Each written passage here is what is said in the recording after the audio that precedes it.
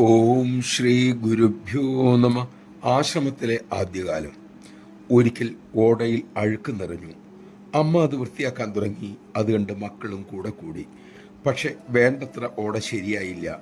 ആരും ഓടയിൽ ഇറങ്ങി ശരിയാക്കിയതുമില്ല. ഒടുവിൽ അമ്മ ഓടയിൽ ഇറങ്ങി. തൃക്കരത്താൽ ഓടയിലെ മാലിന്യം വാരി പുറത്തിടാനും തുടങ്ങി. മക്കളും ഉടൻ തന്നെ മടിവെടിഞ്ഞ് ഓടയിലേക്ക് ഇറങ്ങി ചെന്നു. ജോലി കഴിഞ്ഞ് അമ്മ കയറി വന്നു. തൃപ്പാദത്തിലെ മാലിന്യം കഴുകിക്കളയാനായി മക്കൾ വെള്ളവുമായി ഓടിയെത്തി.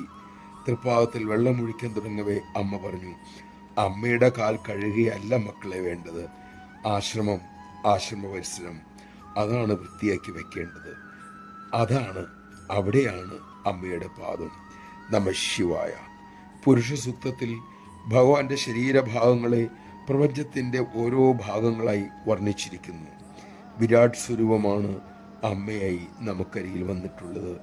ഈ സത്യം ഉൾക്കൊണ്ടുകൊണ്ട് സകല ചരാചരങ്ങളെയും ആദരവോടെ സമീപിക്കാൻ, അങ്ങനെ പെരുമാറാൻ നമുക്ക് സാധിക്കട്ടെ. ശുചിത്വമാണ് ഈശ്വരനിലേക്കുള്ള ആദ്യത്തെ ചുവടുവയ്പ് എന്നും മഹത്തുക്കൾ പറഞ്ഞിട്ടുണ്ട്. നമുക്കതിനനുസരിച്ച് ജീവിക്കാൻ സാധിക്കട്ടെ.